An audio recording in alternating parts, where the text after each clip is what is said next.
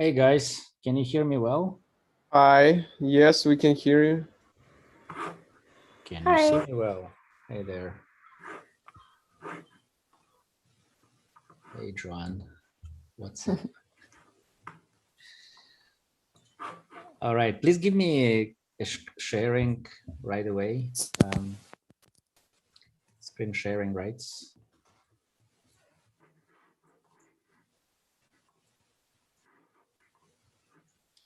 Excellent. Hello. Hi. Hey everyone. What's up? How you doing? Not much. We will change that right now. I got an announcement. Major technical update. I'm actually going to do that on the call. Major technical update. Okay. That's very like, cool. I'll play some video before I talk. So. Hey, we had a song already and prepared. No, that's. Oh, that's before important. You talk. Okay. Yeah. Okay. That's before important. You talk. Okay. It is important. Actually, no. Actually, no. What do you mean no? What? What no? No. You go ahead now. You can do that now. Mitja's talking about later. Oh, okay.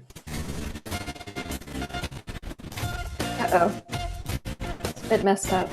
You should not play videos, Rom, because you have a bad connection. So it's internet. Really internet connection's terrible. Roma, please turn it off.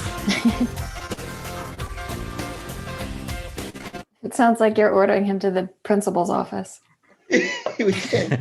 Exactly. We just can't get it to work right. Roman. We've made so many attempts, Rom. It just it ain't working. It ain't working. You got to get a better internet connection. Your internet connection sucks. Just get your fiber optics to the house and then play whatever you want. Yeah, get a quarter T1 to your house. Is that still around? Quarter T1 is that? What? T1? No. T1 is all telecom kind of technology. Yeah, that's where. T1 is basically just the 32 lines of PSTN connections to the home where you could like transfer like more or less, I don't know, 1 megabit of data. Well, that's for my telecom days. Yes, from my events marketing and telecom. No more. Good. No more of this shit. Thanks God. Thank God. All right. Okay. Yeah, well, Roman, you have a really bad connection, so you know. Yeah, you tried, man. You tried. Thank you for trying.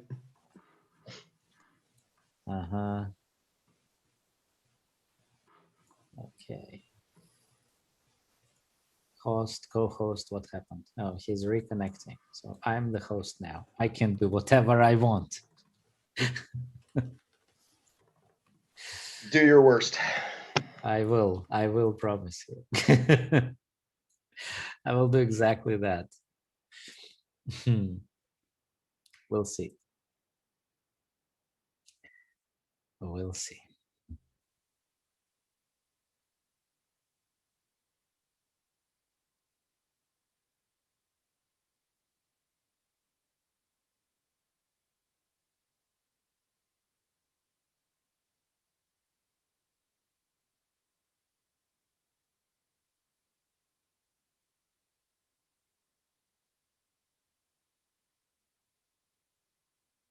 Now I have to admit people as well. That was unexpected. Yeah, you want to play host? I didn't. I just wanted to share a screen. That's all.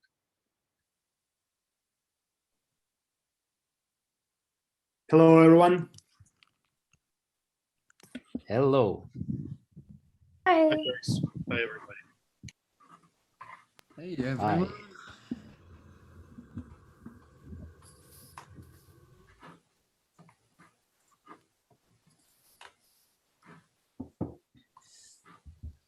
Ben, there is something new on your background, which I don't think I've seen before. Is this some sort of...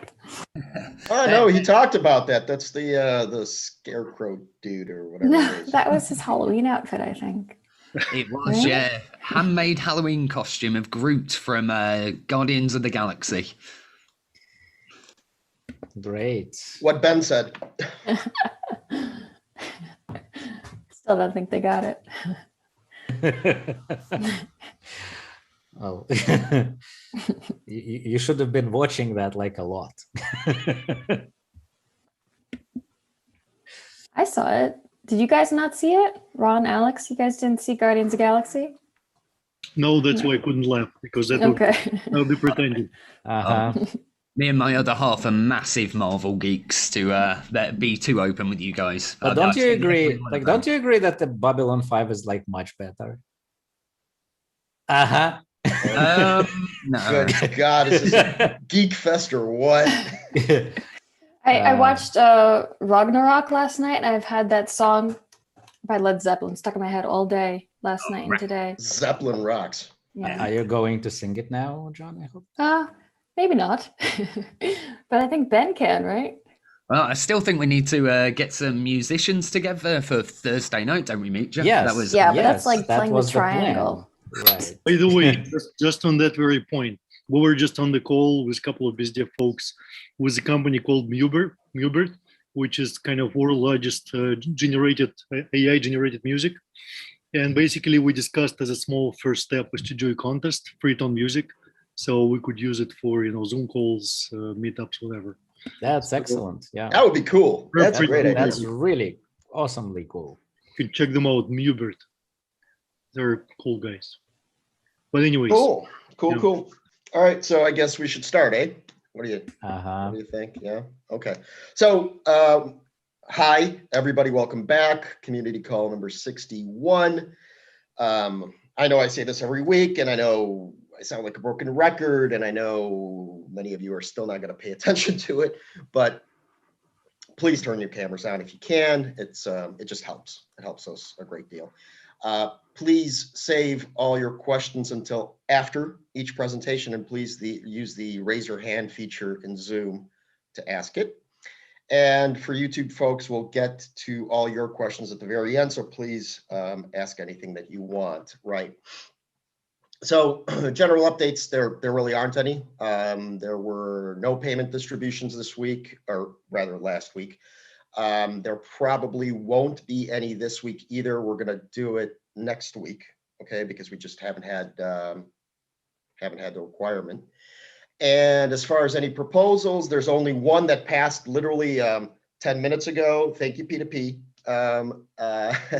It passed 10 minutes ago, and it's for yet another extension to the voting time for the educational websites contest, because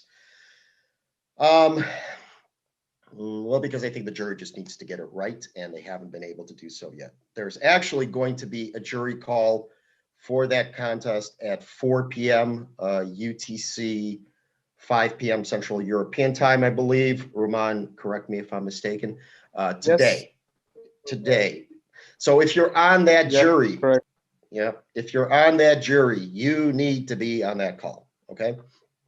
And next, we're also changing up the order of topics on these weekly calls a little bit. From now on, technical updates are going to go first. Well, after my intro.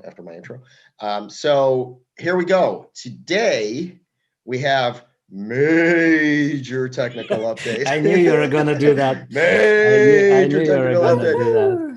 Yeah, because that's what we were told. But before I hand things over to you, Mitja, I just want to ask everybody to please stick around until the very, very end, because I have a sort of a small announcement to make, and it's about one of the free TON partners that turned out to be a scam.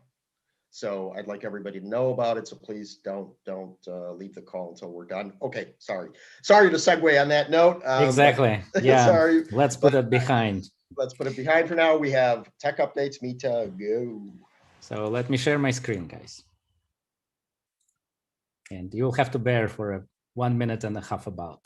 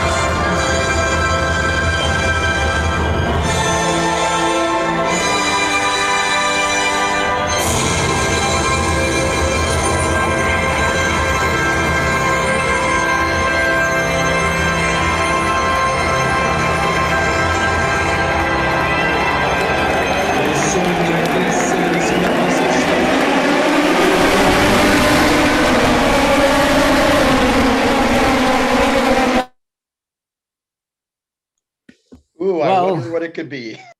Yeah, exactly.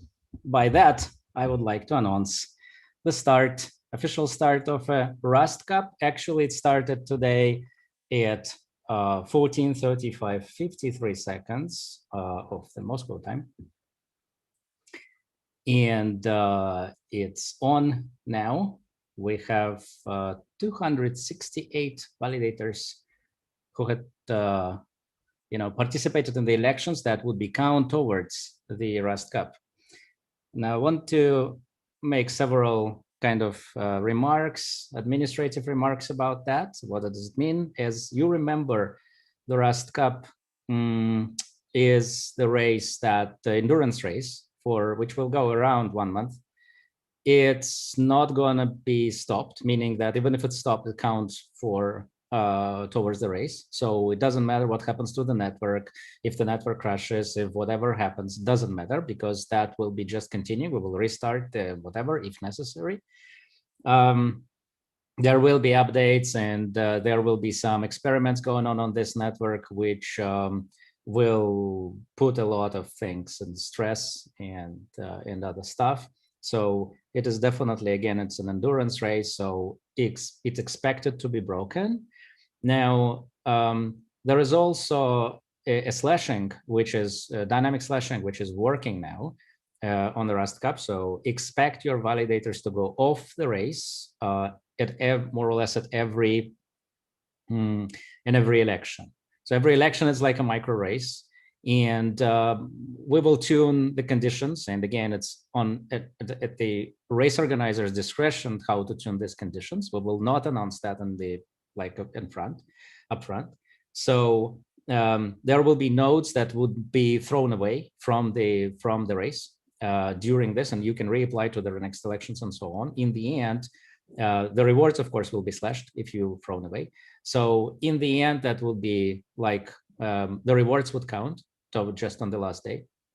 And Sergey Zaitsev is the main your main point of contact. So if you have anything to report, then here is Sergey, and you know him very, very well, of course. So Sergey is your main race organization committee, if you will. So any question you might have, or any problem you might have, or anything you want to report or whatever, you go to Sergey. Now, do not expect him to, of course, for the overload he has, do not expect him to answer everything in the, just on the spot. So be patient and so on. Now,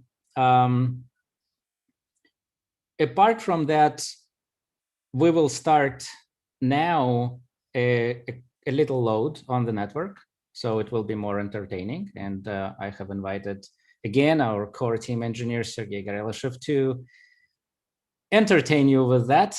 So Serежа, please turn on some HIT. It won't be a lot. It will be just in about 1000 TPS. So let's start from that. And we'll go from here. We'll see how it goes. There will be, again, remember that a lot of sharding, the sharding configured this time is for minimum 64 maximum shards, so which is actually threads. So once the load starts, you will see the increase in the threads amount or number. And some of you will be chosen as a master chain validator, some will be chosen as a shard validator. So it doesn't really matter in terms of the slashing and so on. So you need to do your job as best as you could with the best servers, the best connections, and see. Of course, again, without further announcements, we will from time to time do different stuff on the network, including increasing suddenly the load and stuff like that. We will try to break some records, and we will try to introduce things during this race which you have no idea. So yeah. So again, it's been a long time, and as you know, and I want to thank every participant who stuck with this, and I think everyone has stuck with it, which is make me really happy, because you're helping tremendously to this network, and your contribution to this network is, of course, immense. And as I said, after the RustCup start, I will make a proposal for kind of a reward for people who have been stuck with us all that time while the race was preparing. So I will do that proposal. By that, I think that's all. If you will have any questions, please, please ask here. Let me see. Okay, we have about 2,300 accounts right now already, and well, we are starting the hit a little bit. So thank you very much for being here. Thank you, Mitja. Cool. All right, Alex, first with a question. Go for it. Yeah, I have a question. If I didn't return first stake that I was given before, will I be slashed? I think it's a question to Sergey, yeah. Okay. Congratulations to everyone with the RustCup launch. So the current cycle is counted to the race. Want to add that the RustCup leaderboard hopefully will be launched by end of today. So we just have some quick start, and everything will be fixed soon, as I think. And about the procedure, I just want to reiterate that whenever you have completed step 4, that is, you received the vesting stake to your depot, you should return the ordinary stake that was given earlier for the warm-up. Unless you return the ordinary stake, you won't be able you won't be admitted to the RustCup leaderboard. We have a hard filter, so vesting stake only and no other stakes. So if you want to participate in the race, please withdraw ordinary stakes from the depot, and we will be also checking that you return 2 million that was given to you back to the donor. After this, you will be admitted to the leaderboard. If you wouldn't like to withdraw stakes, just won't participate. That's all. No slashing. And you should return it by today, I think, right, Sergey? Basically, yeah. What I want to add, today we distributed vesting stakes almost to all validators with the pools. There are probably some exceptions, but I think we need to sort out everything today, because tomorrow will not be distributed any more vesting stakes. So either today or you miss the race. Because we have metrics related to vesting stakes that is being unlocked every day on a daily basis, and we count some points on what you earn in rewards, what you earn in unlocks vesting withdrawals. Because if you say miss elections, the withdrawals will be returned. I mean, the unlocked vesting stake will be returned to the donor, not to the validator. That it won't count to your points in the race. So you need to participate in every elections and try hard in each not to be slashed, and hopefully you will win the race. Thanks. So excuse me, I didn't understand correctly that these cycles, when I did not return first stake, they will not be counted for me for my race, so I will get lower results. Did I get it correctly? No, it count. Just return it. today. Okay, thank you. We have a load of about 1,000 TPS, so that will continue like that for a time being.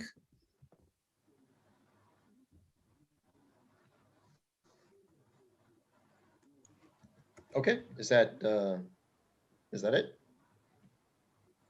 Where can we see the leaderboard? Did you mention there was a there will be a leaderboard today. It's not yet there, but today it will be launched. Sorry, we made this leaderboard in February. And today we started. Yeah, that's right. We're just trying to recall how it found where it is.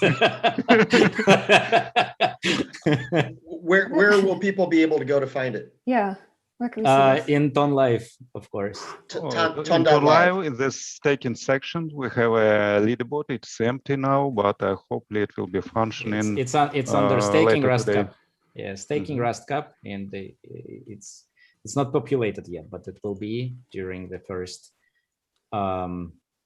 circle, whatever we call it. So you'll be able to go to ton.live and you'll be able to find it there. The first lap, let's call it this way. First lap? Okay. Yeah, first lap.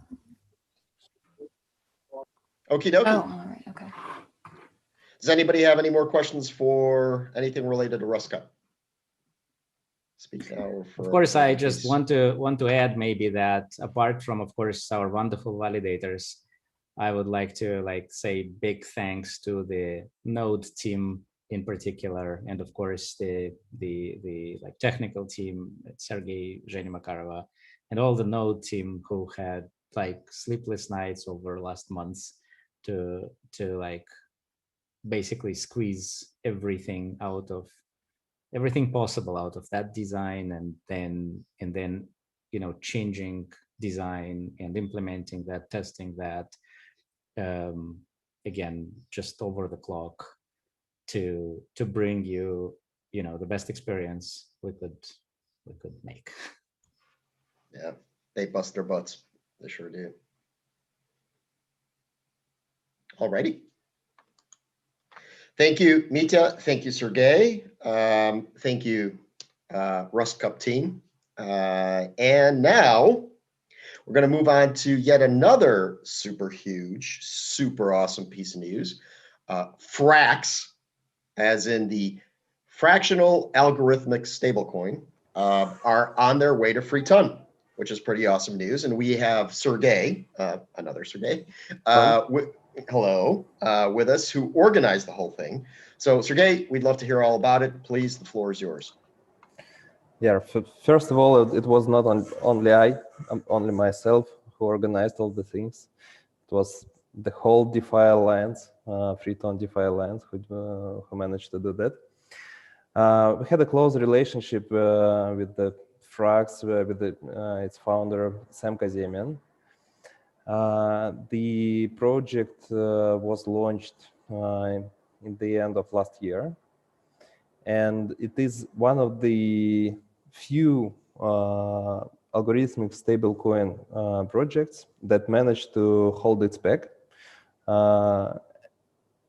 and they are quite successful. Right now, they have $200 million of total value locked on different platforms. They use Ethereum, they use Polygon, and they use Binance Smart Chain, and they are developing quite fast.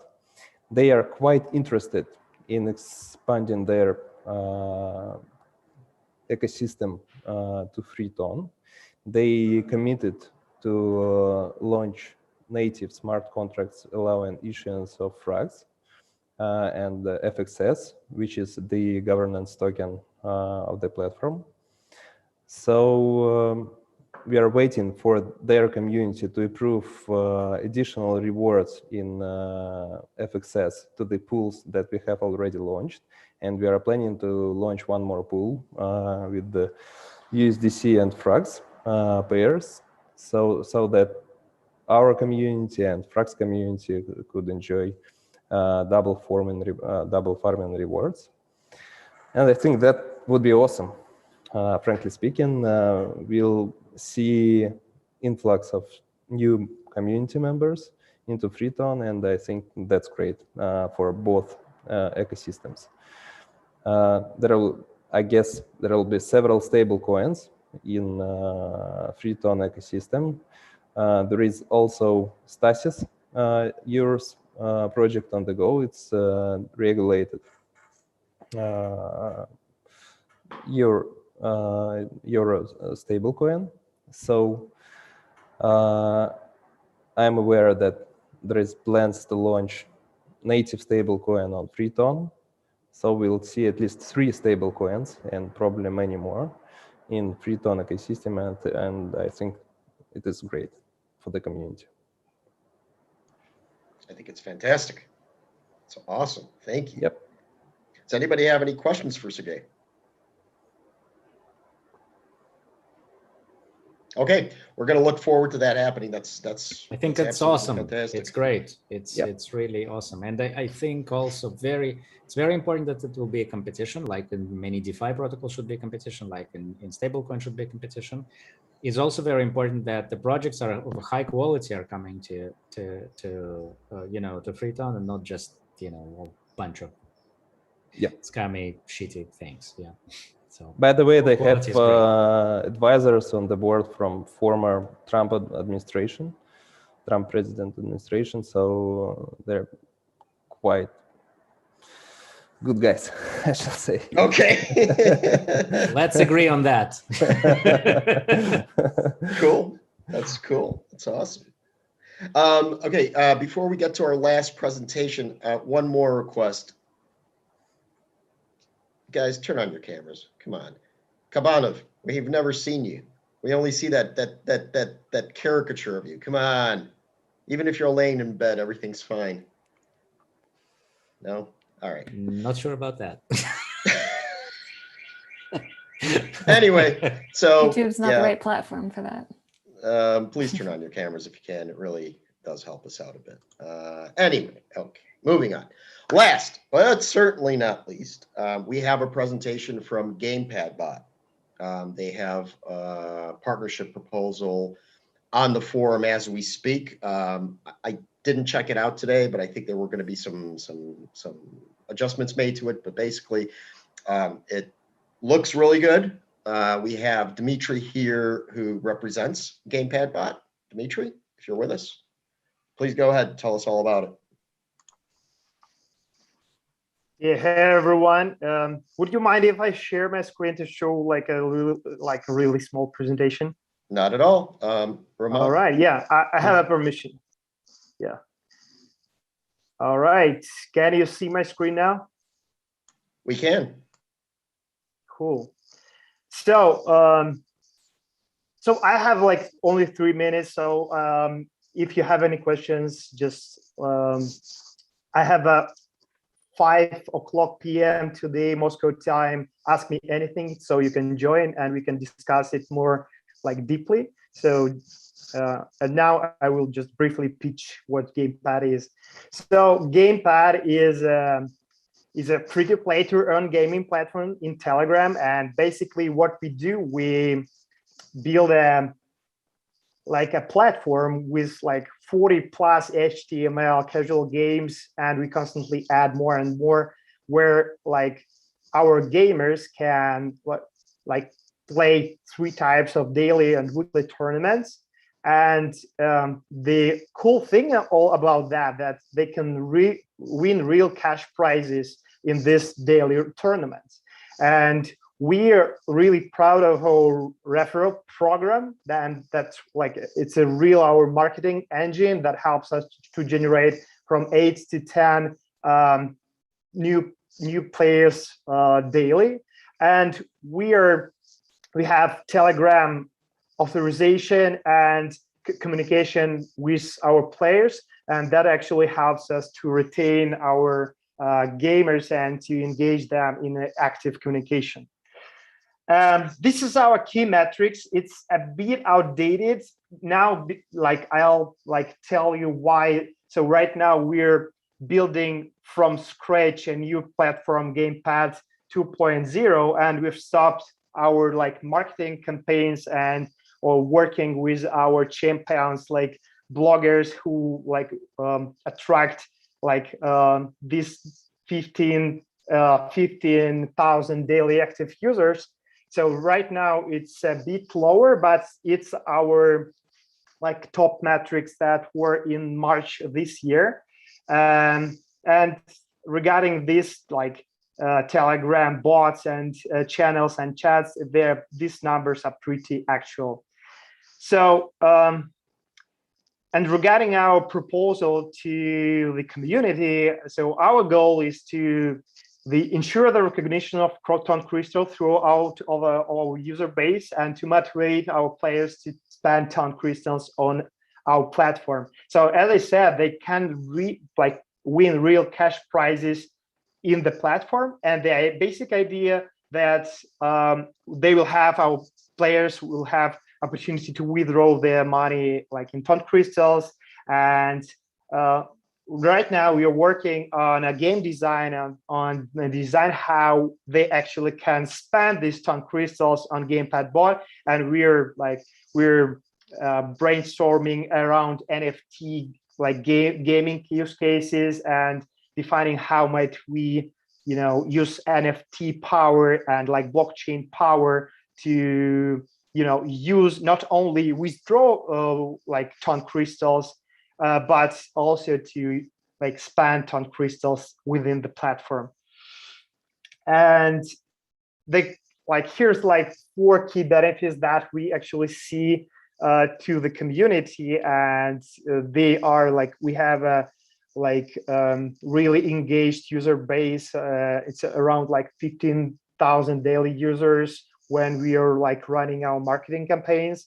So then the TON Crystals will be positioned as the only crypto bonus. We don't have like any plans to partner up with other like crypto partners and so on. And all these like bonuses and balances will be convertible into TON Crystals. Yeah, so, and the 4th thing that all this like TON Crystals partnership will be positioned as an exchange unit with other platforms. So this is a 4 benefits, and this is like some of the like ideas I can share like on our Ask Me Anything session, like the ideas of how might we use NFT developments within the platform. But like basically what we're gonna do, we're gonna develop like some kind of limited collections of gaming artifacts that our players can win or like buy in the platform. So these tokens will be launched in a partnership with TON Free and with your NFT platform. And of course, we're going to introduce all the like major integrations with NFT platforms to facilitate the transactions with NFTs.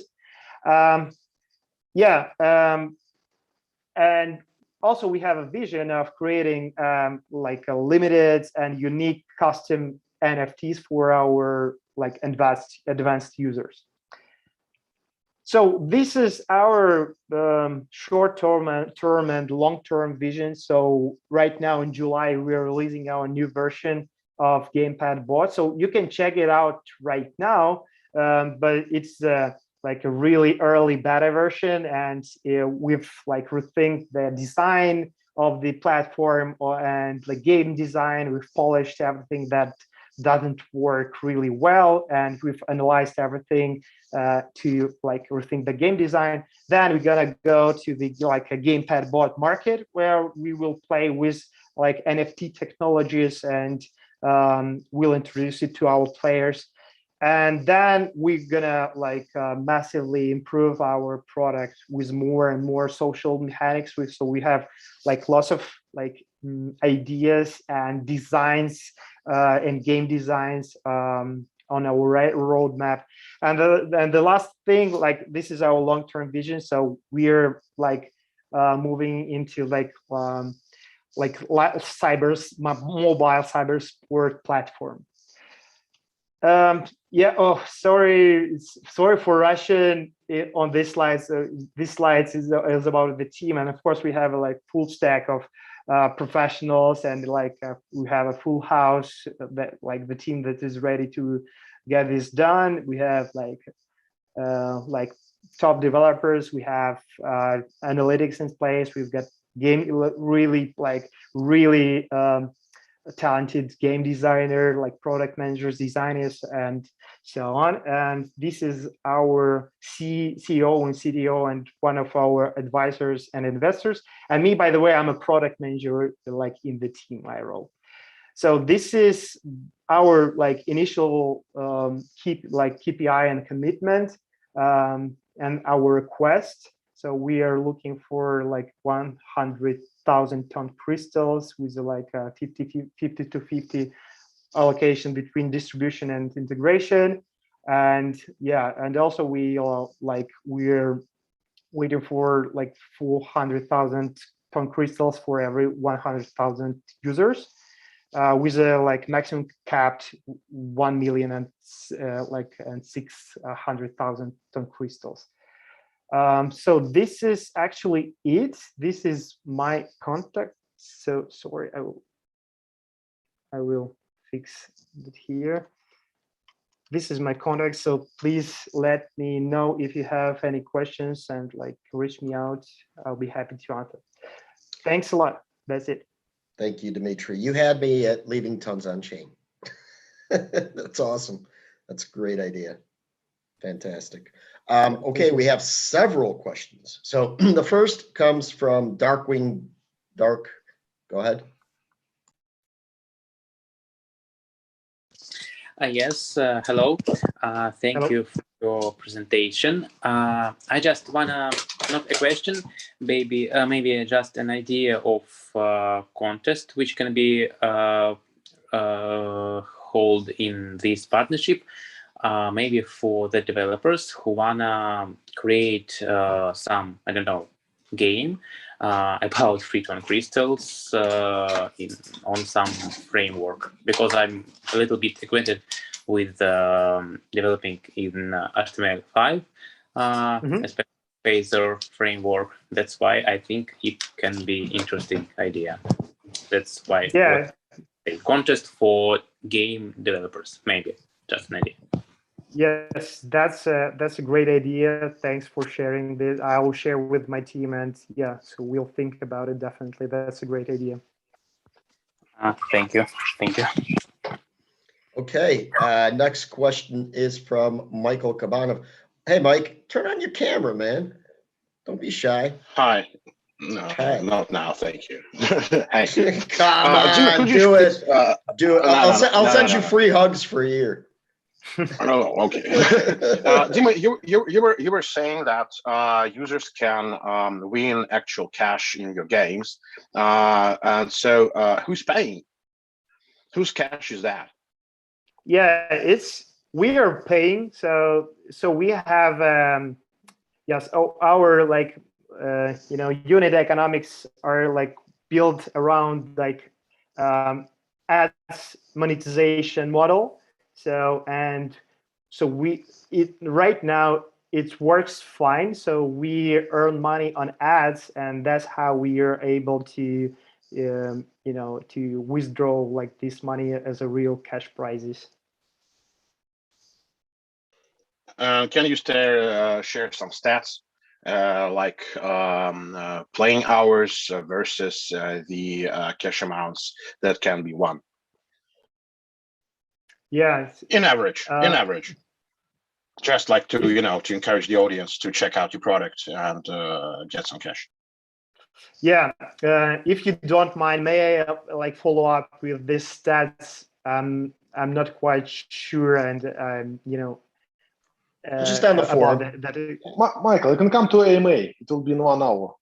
Okay, but I think it's a question that should be of great interest to all the audience in this session, because it's like many people watch it, and it's the basic stat, like the average prices per hour spent in your games. I think that it's the biggest number you have on your wall. Well, if he doesn't have it with him right now, I mean. Yeah. So we are not, our like unit and economics like is positive right now. Like the reason why is not all the users withdraw their money. But yeah, so right now it's positive. Please come to Emma, and I'll try to reach out to our analyst guy, and I'll follow up with that. Yeah, and maybe just also post it in the forum under your in the thread under the. Mm-hmm. Okay. Well, and another question. Did I get it correctly, or maybe I missed something? Your platform is a bot platform for Telegram, or you have a web version as well? Sorry if that was mentioned and I missed it. Now, so we have Telegram authorization. So the platform is built like on web. So we have a website, but you're not able to authorize without Telegram. Oh, okay. Okay, thank you. Mm-hmm. Cool. All right, Ben, go for it.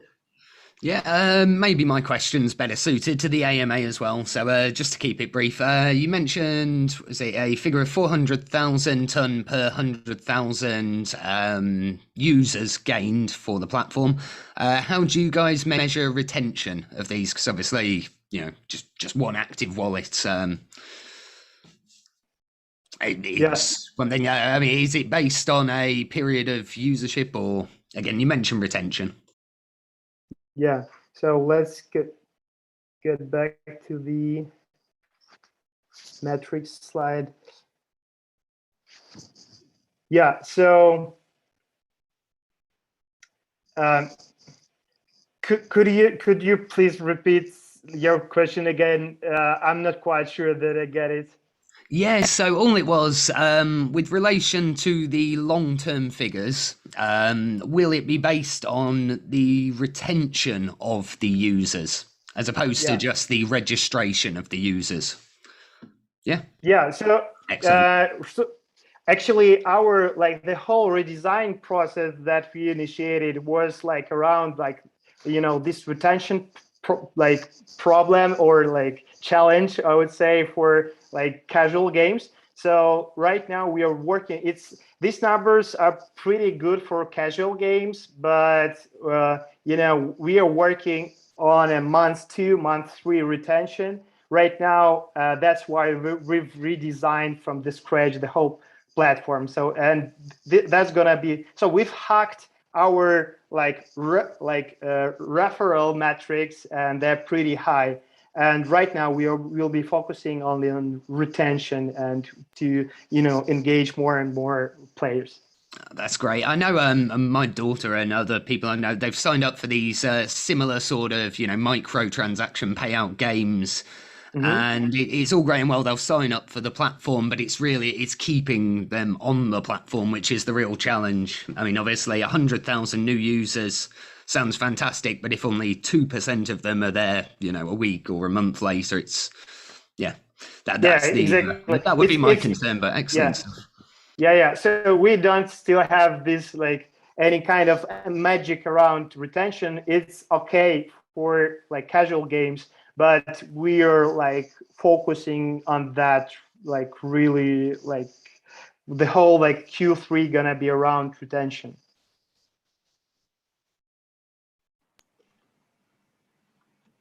Cool. Hey, yeah, Ben. I just saw Michael. He just actually turned on his camera. Sorry, go ahead, Pavel. You have a question. Lucky you. So yeah, it's a great question actually about retention, and that's what we discussed with Dmitry and the team. That those artifacts issued in true NFT format, they can be a reason for players to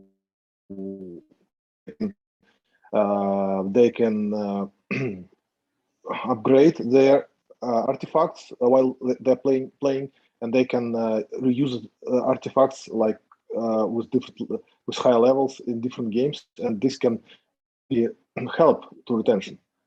So it's very interesting experiment to do.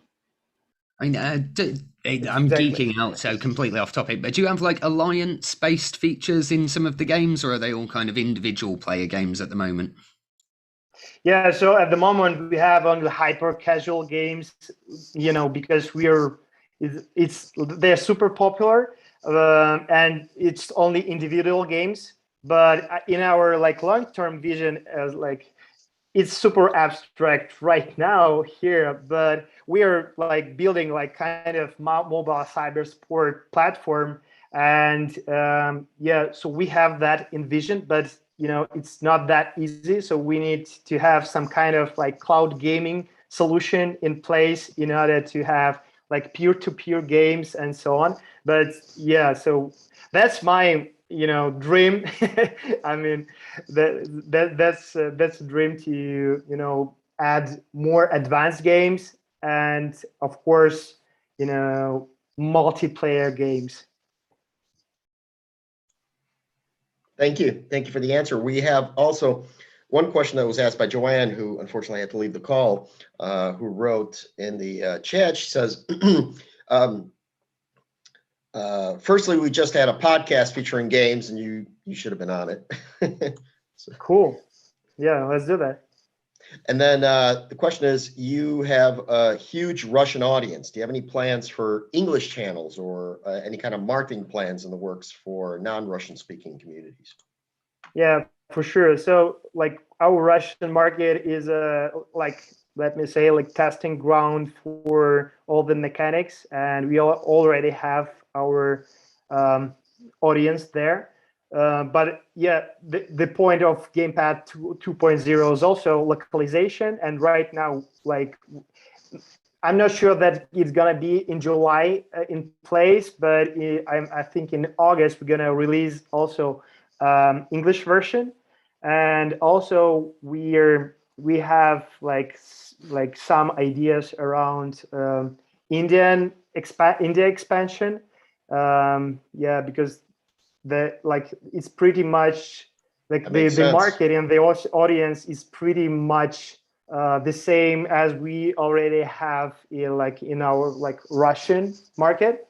So of course we do have that like plans, but we need to make sure that the whole engine and the whole system and game design works and it's stable and it's, you know, balanced, because we have this like real cash prizes, and it makes sense for us to focus on only just like one like location, Russian speaking location, which is okay for us right now. But yeah, in vision, of course, we have plans to expand to other regions. Understood. Okay, Michael, you have another question? Yeah, I didn't turn my camera for nothing. So how many average game matches do you have daily on your platform? Do you have these stats? Yeah, so I'm sorry. So we have like I have a game plays metric. It's around 20 million game plays per day, but it's not a match. It's an individual gameplay of just one player. I mean, you start a game and you finish the game. That's the metrics. So it's 20 million games started and games finished. So, and one player can play 1,000 games a day. Exactly. Yeah. So it's a total number. Okay, thank you. It's the total number of like game. It's game plays. It's exactly. So it should be game space plays. Okay. Not the one word, but in 2 words. Okay. Sorry.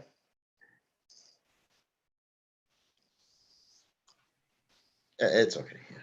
You don't have to change it right now. Okay. Hey, thank you. Any more questions Let me see if there's any questions from YouTube specifically regarding this. There aren't. Okay. Dimitri, thank you so very much for coming. Thank you for your presentation. It was fantastic. Yeah, very interesting. It's been a pleasure. Thanks for all the ideas and feedback. Yeah, you guys awesome. Thank you.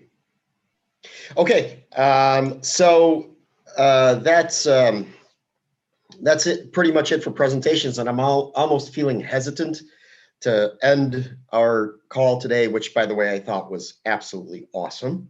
You know, more calls like this. I mean, we're really doing better and better every single time we're up. But I'm going to have to end on a low note, unfortunately. So like I started at the beginning, I do have a bit of bad news. So one of the partners of FreeTon, Merkle Tree, that's MERKLETREE,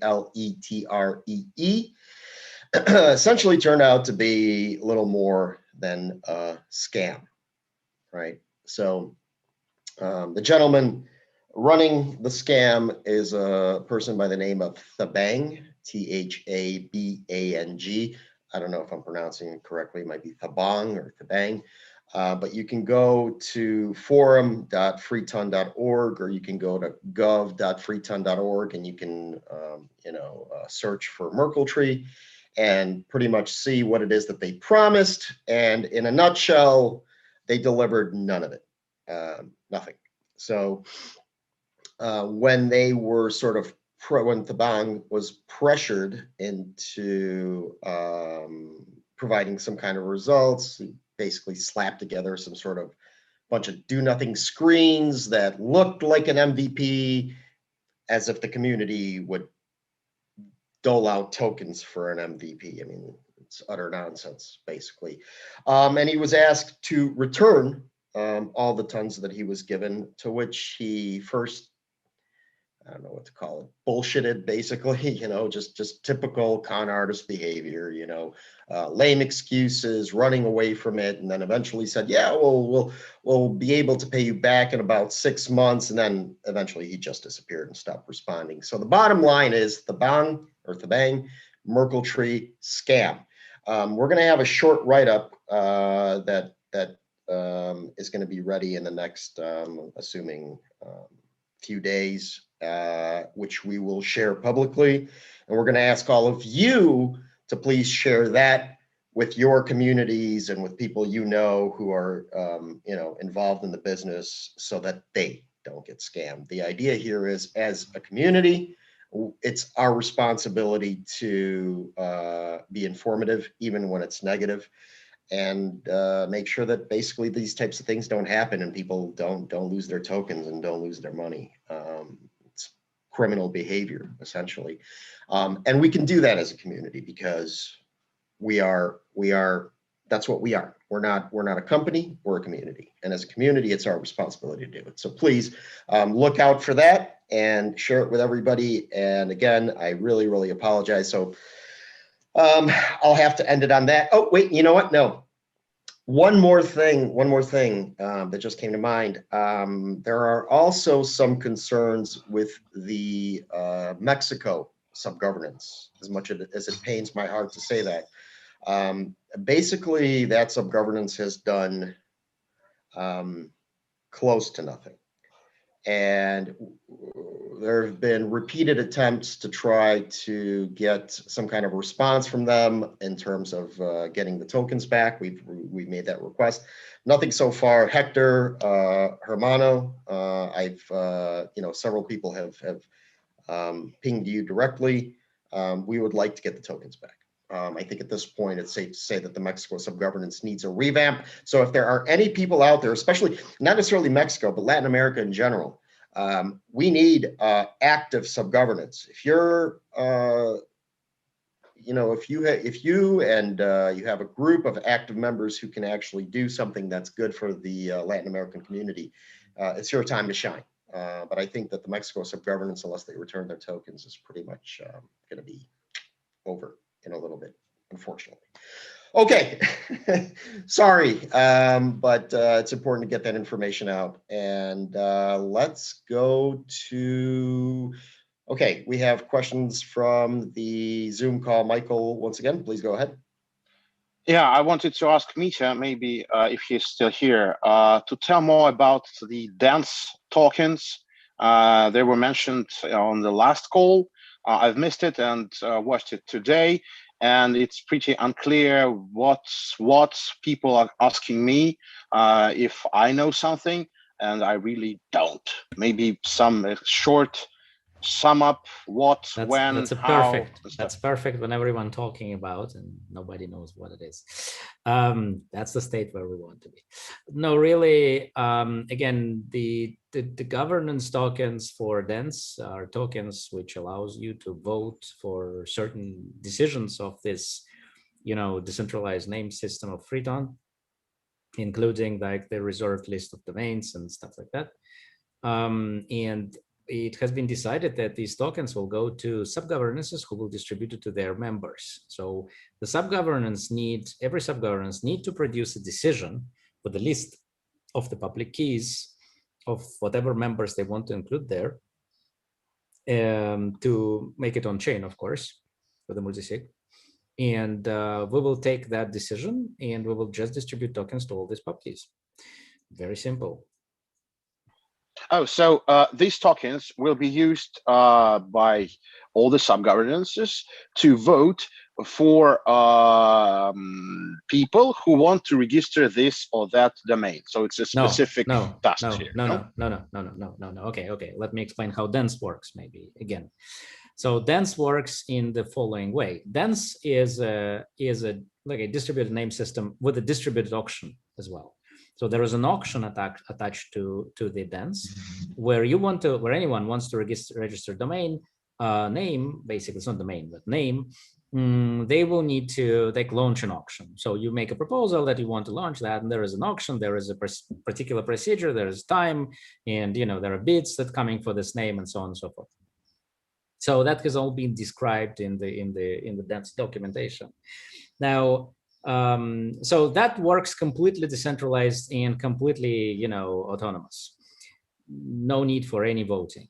But there are certain domain names that the community wants to reserve, or people who actively has already projects, like for example, that they want to reserve these names, which are known to the community, like it's a trademarks already, right? For example, name TON should be reserved, like I think, and there are some others, right? So it should be reserved.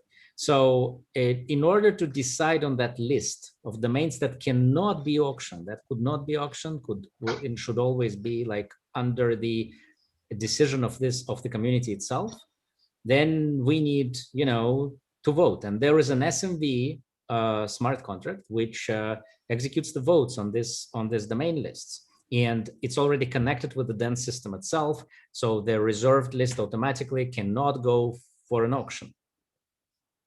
Now, but if I jump earlier, like today, and launch an auction on TON Labs, you cannot name. Because because the DENS system. So the DENS system will be rolled out in this form. So the DENS is not yet there; it's not launched. What is launched is SMV smart contracts. Now, when we get this list, we will distribute the tokens, the TIP3 tokens, and first we will have a period where the community votes for the first reserve list, and then for the reserved, and then the auctions, and then the DENS will launch, and and then it's a free flow. But even when it's launched already, the community can at any time vote on new reserved name at any time, and if there is a consensus that this name should be reserved, then it will be added to the list dynamically. So, and if there is a running auction, and in parallel the community decides you cannot do that. No, so you cannot block someone you cannot block. from executing there. You cannot block. You need to. Yeah, but there is a balance between decentralization and and the community interest. So the community need to think about the names in the beginning. You cannot just start. I mean, I know of great domain names. I started to register them, and the community say, wait, this is too good. That's not how it's gonna work. So we are in a decentralized. Thank you. At the end. Thank you. Okay, thank you for your question. Thank you for your answer. Any more questions from within the call? No, we have quite a few coming in from YouTube. So. Sorry. Yeah, go ahead. And continuing the topic of dance, what is, I'm asking just for a personal opinion, what is your personal opinion on, like, would you, for example, vote for reserving like common known trademarks like Dolce & Gabbana, which are not yet a participants of the ecosystem, but we weren't likely to kind of pass this certificate to someone who not related to an entity? Well-known entity, I mean. Yeah, well, I think it's just a practical thing, right? There are myriads of names in the world, and there are myriads of, like, I don't know, billions of trademarks. We cannot go and register all of them. But practically speaking, you have like maybe a list of like, I know, top 1,000 trademarks which everyone recognizes, like everyone knows, right? You have it, it's actually every year you have this list published by whatever marketing agencies. So we can definitely discuss the viability of the idea of taking that list and just reserve it. Because obviously, like, I agree that, you know, if it's a known name, then I think we don't want it to be squatted by someone, though in the real domain name system, that's happening every day, right? And people are just coming to the agreement because in the end, like, why would you squat? I mean, you would probably squat to get paid, right? So in the end, it's an economical thing. But so I am for the practical approach. There are certain things we can do, like the list of the, you know, names like, you know, Apple or, you know, whatever. We can do the Linux or things like that. We can reserve these names and just sit it there without use, for example. But we cannot go after every possible trademark, right? Yeah, but I think we need to also reserve Mitja and soon. You can propose. I think we need to reserve Ivan. Ivan is already reserved.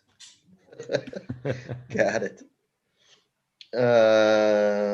Okay. Well, switching gears a little bit. Also, I'm just wondering if John is on the call. I can see he's on the call, but if he can talk, because the African sub-governance put a lot of effort in the Africa Blockchain Week, which was happening last week. Was quite cool. I saw not the whole thing, but some parts of it. I know, John, if you want to say a couple of words, sticking with our tradition after Dubai, that we debrief briefly on the significant conferences. Let's just double check if John can speak. Yeah, I'm here. Okay, I wasn't prepared to talk today, but just look, 1 minute to brief. Yes, the African Blockchain Week happened last week. It was quite a busy one. It was our first participation, the Freeton family, and it was very successful. There are some videos and some reports that we are going to produce and share with the community so that they can see what transpired in that event. It was well attended, and it had a global audience that really gave the vision and the mission of Freeton community. Yeah, thank you. Thank you, John. Awesome. Excellent work.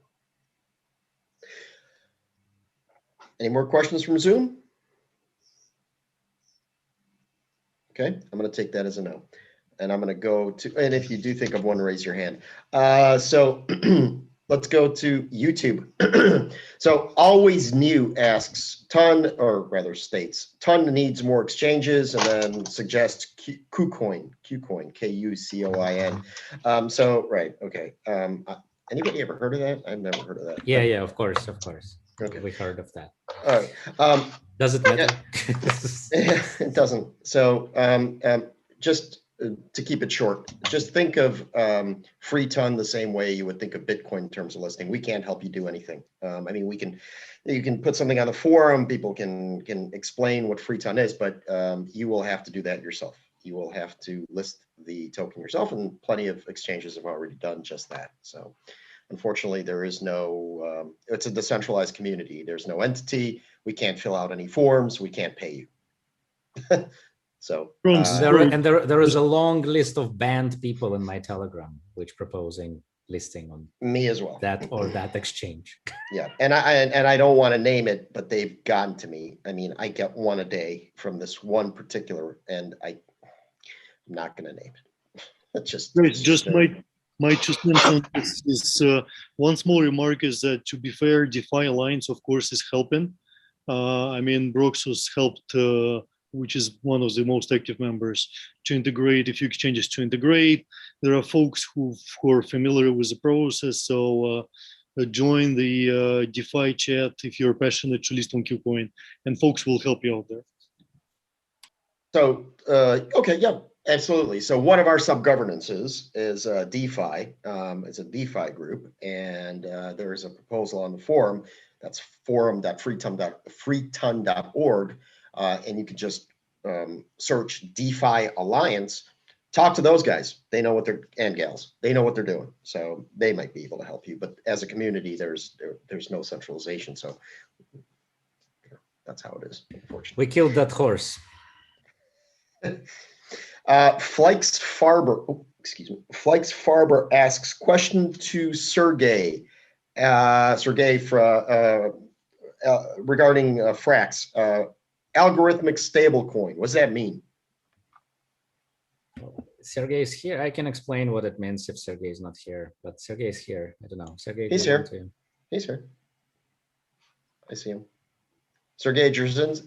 It's basically a token that tries to simulate stability through means of algorithms, meaning that by trying to kind of stabilize a price through some manipulations of the, for example, supply of tokens and whatnot. There are different ways to do that.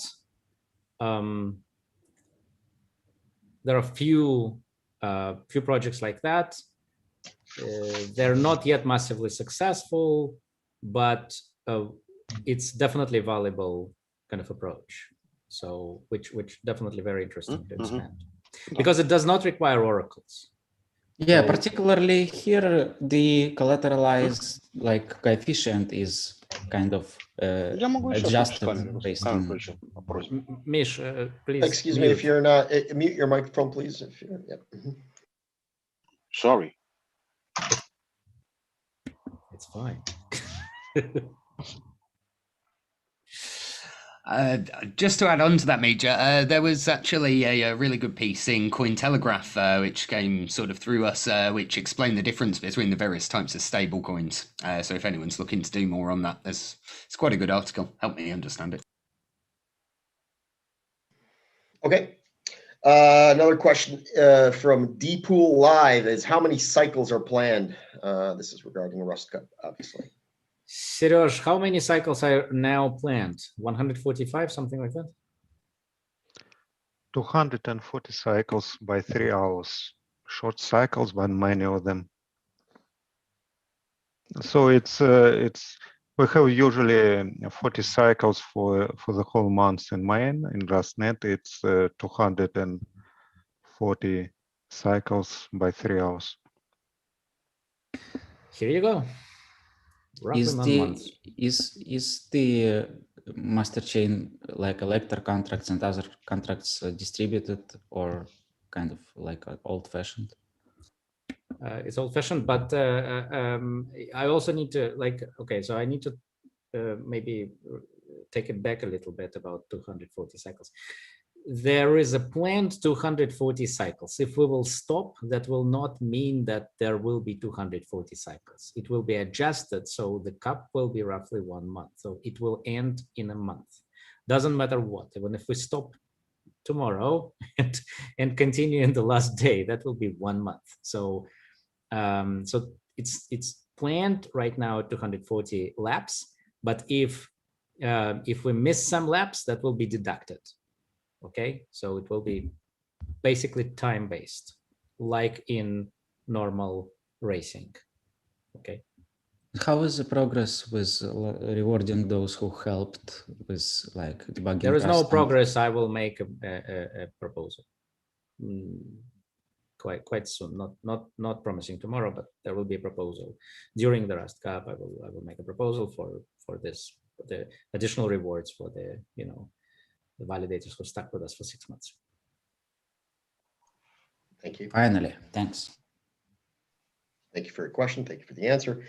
Next question comes from Graham Kit. Question to Mitja. In case of termination of the issue, I hope that makes sense to you, where will the validators receive tokens from after the tokens in the givers run out? Oh, okay.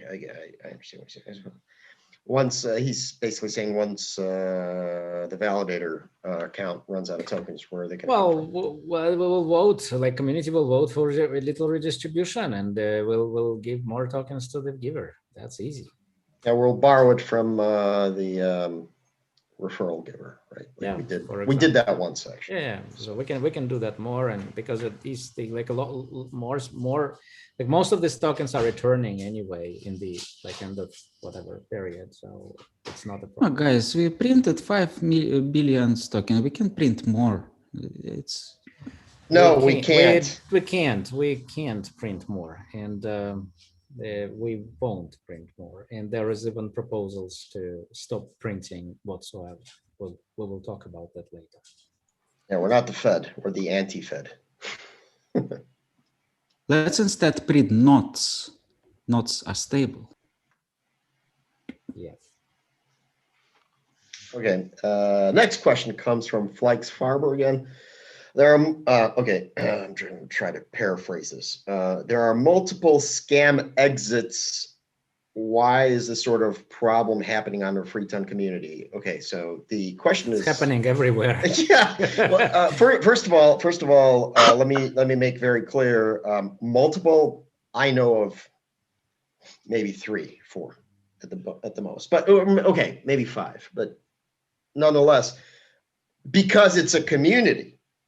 That's why this happens, because there's no company, because there's no entity, because there's no central authority saying you're going to do this and you're going to do that, but because it's community. And guess what? That's what happens in a community. And guess what else? That's normal. It's natural. That's the growing process. Nevertheless, we're doing pretty damn well, I think. So you're not. It's impossible to stop. Well, let me just put it into perspective, right, Ron? Just take the scams that we had in a percentage towards the tokens that we have distributed, okay? Just remember that percentage, whatever it is, in mind. And then take the ICO boom and the amount of percentage-wise, the amount of scams which were there, right? In term and what they did to Ethereum. Just compare two numbers. It will be very easy math, right? It will be like 0. whatever percent towards like 70 or maybe more. Right, so take that into perspective. We're doing quite well. Actually. Yeah, actually very well. And partially it's due to the expansion of social governance. So we have the social scalable governance where we have so many people that will come in immediately and start just flagging stuff, which even more than that. When ICO scam happens, it's actually people who are like stripped of their money, right? Who are scammed. In our case, it's painful because it's like dilute everyone a little bit, but it's a community money. No one really got hurt like directly, right? So take that in a little bit like perspective and compare it with other projects and all the grants projects where like people who do nothing like receive like, I don't know, crazy amount of money. Just also important. Yeah, also important. Even without that, and sometimes it's not by bad intention. For example, if you take the amount of capital Ethereum has actually committed towards the ETH 2.0 implementation, which, like, it's like funny, right? That would be huge amount of money, which by my standard it's a fraud because the things never delivered. Well, maybe they will, but you know, it's still it's already like if you're doing something 5 years and you cannot, or take Filecoin, whatever. If you cannot, like, even if you're delivering in the end, like all that money that you have spent, for me, it's a scam. It's a bordering scam.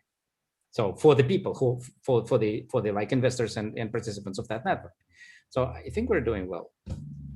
Yeah, Mitja, let's take a look at consensus. I mean, just let's see how many, like what 300 projects they invested, and how many projects really survived and did some I would value. Say 3 maybe. For yeah, 3, and we can name them all.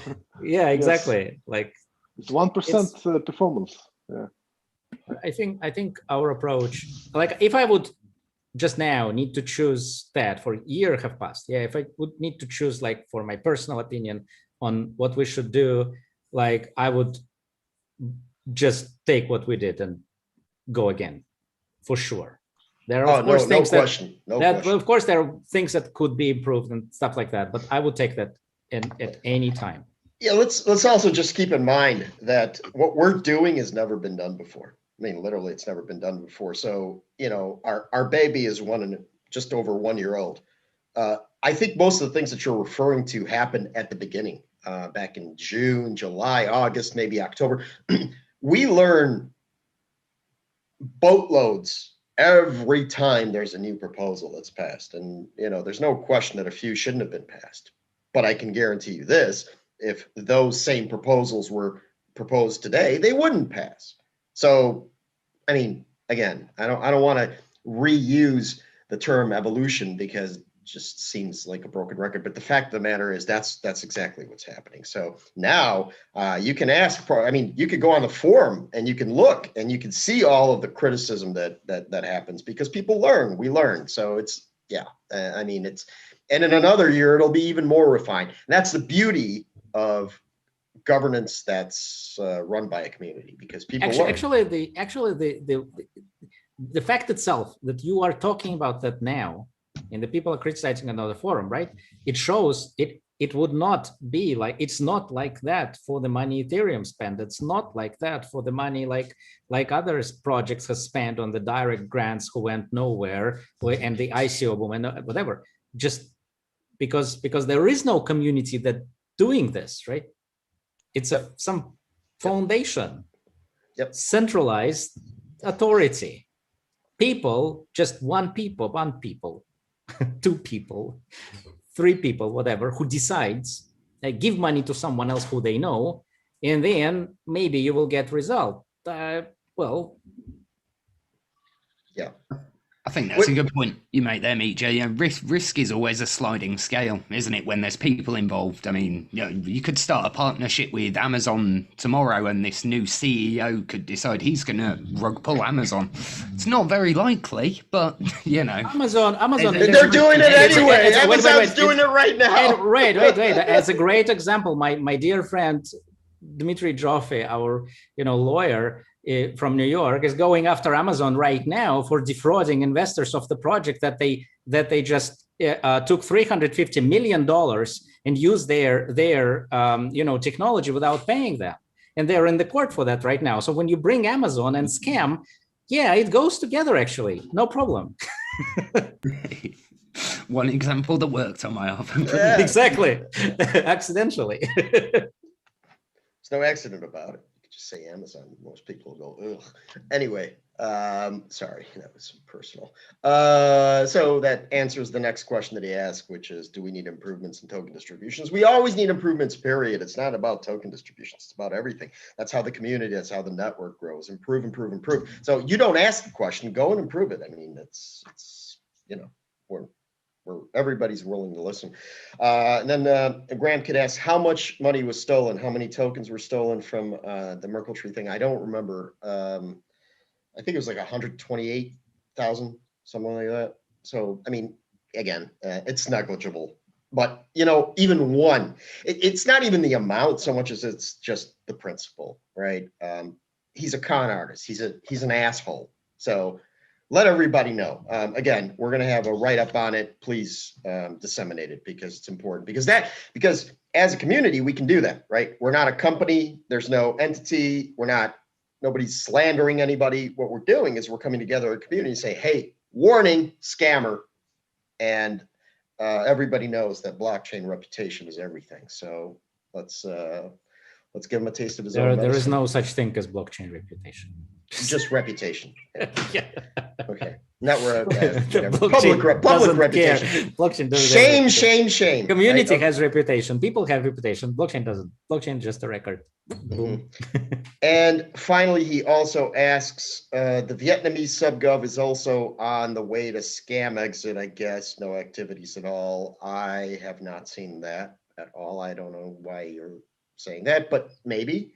If you have some kind of evidence, please provide it. Go to the forum. There's a forum thread under Vietnamese subgovernance. If you have something that speaks to this, I think the community needs to know, but I haven't seen anything of the sort. In fact, quite the opposite, but that's just me.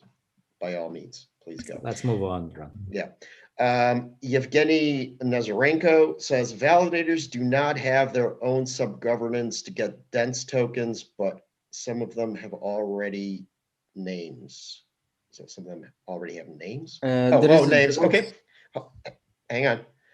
I think validators have the right to lock their names in the dense system. How do we organize that? Okay. Propose you as a validator, and that's a good question, right? So if you're a validator, you're of course an important part of the community, but without participating in in other activities through subgovernances or whatever, you are not, and you can see that now, right? You're not in the social loop, I would say, right? So you should consider to create, for example, I don't know, whatever, to participate in some community, to have your voice there, and to propose and Go to the get forum, tokens. submit a proposal via decentralized community. Be active.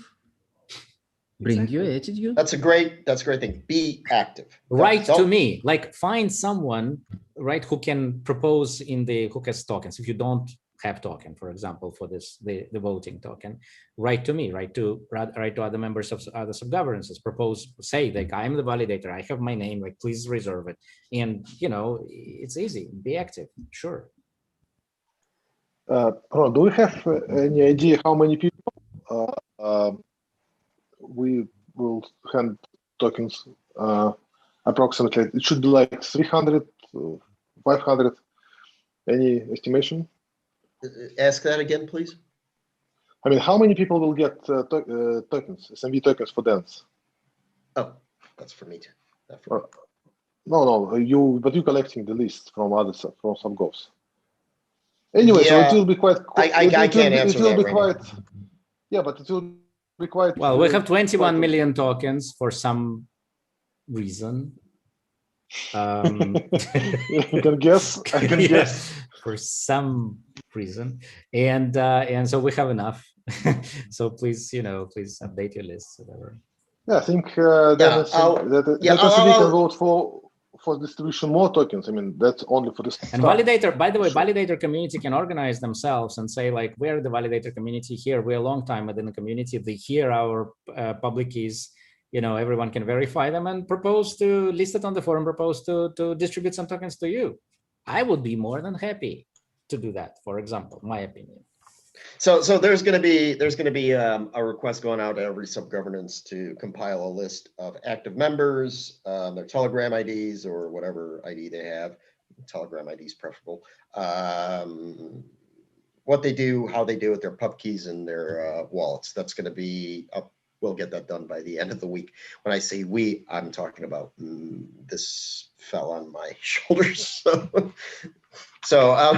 As I sift through all the other stuff I have to do, I will get that done. So every subgovernance does need to start thinking about their most active members. And by that, I mean, so it's very important to note, it's not just about your initial members and your jury, Because if somebody on your jury isn't doing anything, they shouldn't be in that list. If somebody in your initial members list isn't doing anything, they don't need to be in that list.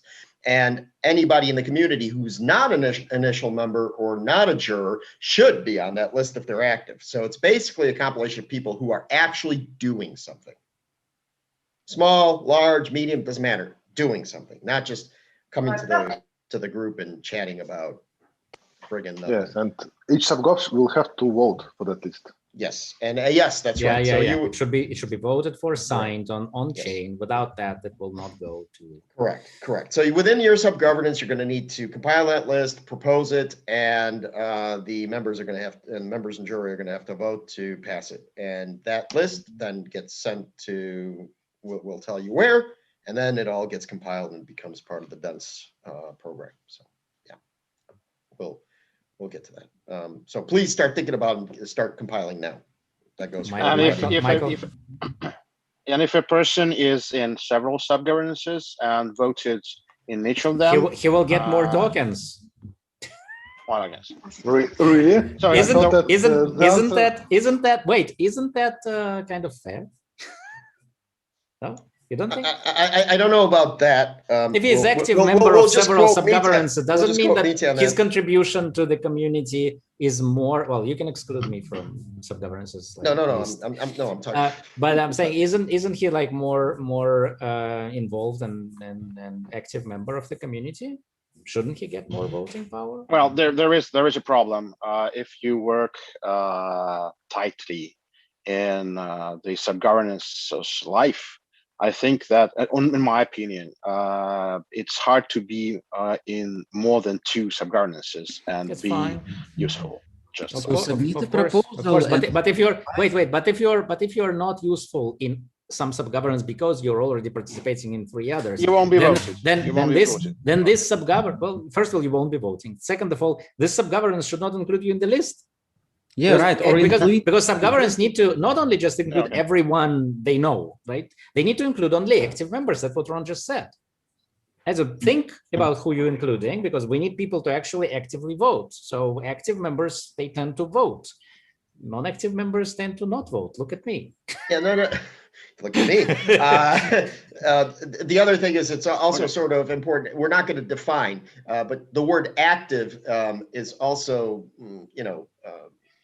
it's a soft word. Like if people type a bunch of stuff and write a bunch of stuff, they're an active chat member. They're not actually doing anything. I think when I say active, I mean actually doing something, because chatting. Yeah, like DeFi active. Like if a person is writing the proposals, he is active. If he's chatting, he is not.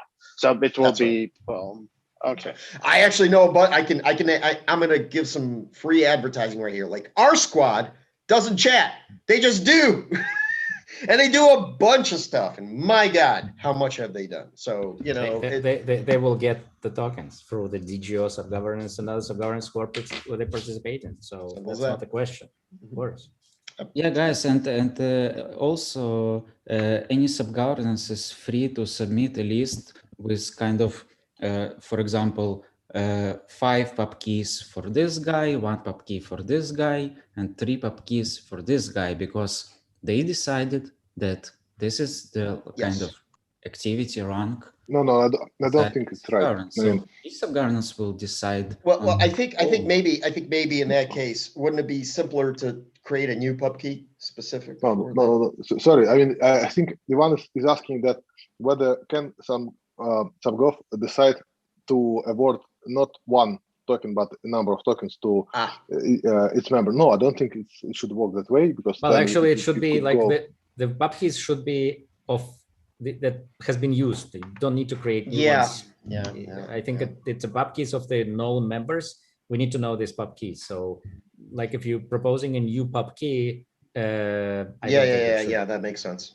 Okay, so the mechanism of revealing or proving the ownership of pub key is needed or not?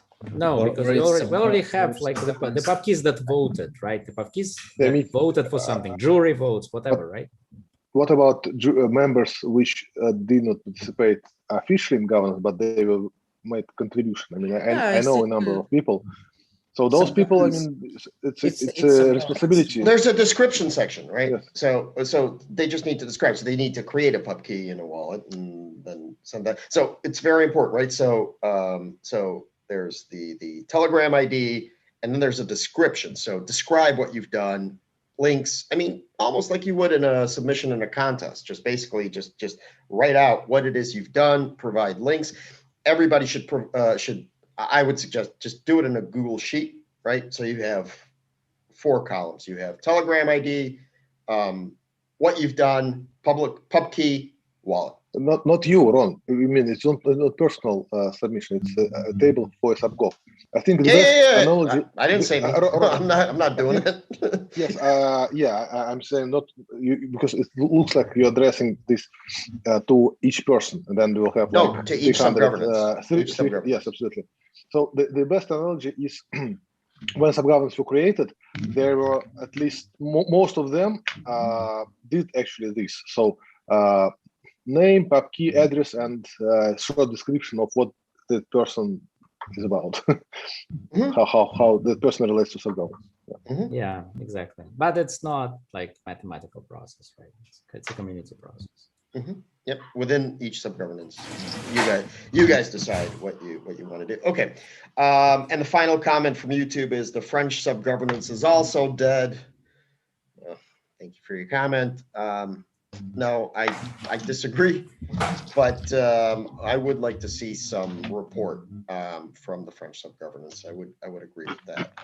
We need to see some report. I know that the people involved in French subgovernance also have a lot of other things that they're doing, but okay, yeah, you know what? Yeah, I think it would be good to see something from the French subgovernance as to what they've done. It's migrated to formal method subgovernance. I mean, if that's the case, then it needs to live there. But I think we still and I will say that from the very beginning, I really didn't understand the purpose of a French subgovernance. It's a very developed country with. It's very simple. I mean, we had a good practice of presenting subgovernance results, what they do, what the activity. So please ask them to make such presentations. So.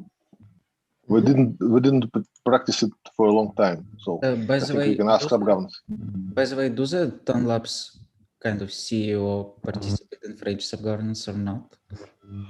I mean, Cyril Paglino. No, Cyril somehow. No, he's not the CEO of TON Labs anymore. Dmitry Kanyuk asks, guys, unfortunately, okay, he has to leave. Okay, guys, if you have to leave, yeah, absolutely, I understand. Thank you. And who is the new CEO? There is no CEO. What's the difference? There is no CEO. Why do you care? Why do we need CEO? There is no TON Labs, guys. There is no TON Labs. Just asking. No. Just asking. No, TON Labs. TON Labs doesn't have a CEO. We vanity titles are played out. It's old school. They are just Ron, Mitja, and Pasha. That's yeah, that's it. No more people in TON. No more people. It's the three of us. Russian Troika. I'm going to become the Hudsucker proxy pretty soon. Do we have any more questions, Ron? No, we don't. We don't have any more questions. So final call for questions that aren't related to TON Labs management, if that's possible. TON Labs doesn't have management. Open call. Questions? No questions? Questions? No questions. Okay. Wow. When TON Crystal to the moon? Yes, of course. That's always a question. Soon. And you know the answer, right? Very, very soon. Very soon. Thanks, guys. Thank you. Thank you, guys. All right. Thank you, everybody, for coming. Have a great week, great weekend. See you next Tuesday. Next Tuesday is going to be a very, very interesting call. So don't miss it. Take care. Was this time